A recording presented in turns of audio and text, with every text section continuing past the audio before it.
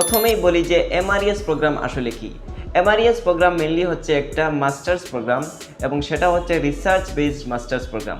মানে এটা হচ্ছে এডুকেশন সিস্টেম আসলে দুই ধরনের হয়ে থাকে, একটা হচ্ছে থট বেসড মানে এটা হচ্ছে থিওরি বেসড, আর একটা হচ্ছে রিসার্চ বেসড।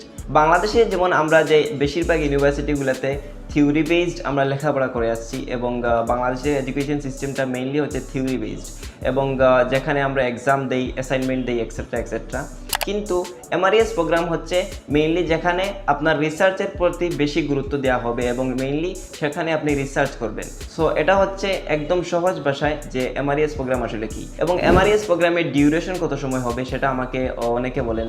এমআরইএস প্রোগ্রাম মেইনলি হচ্ছে 1 ইয়ারের হয়ে থাকে সাধারণ এমআরইএস প্রোগ্রামগুলো ইউকের বেশিরভাগ ইউনিভার্সিটিগুলোতে। 1 বছরের একটা রিসার্চ বেসড মাস্টার্স প্রোগ্রামকে এমআরইএস প্রোগ্রাম বলা হয়, সেটা একদম সাধারণ ভাষায় বলতে গেলে। সো আশা করছি এমআরইএস প্রোগ্রাম কি সেটা আপনারা বুঝতে পেরেছেন।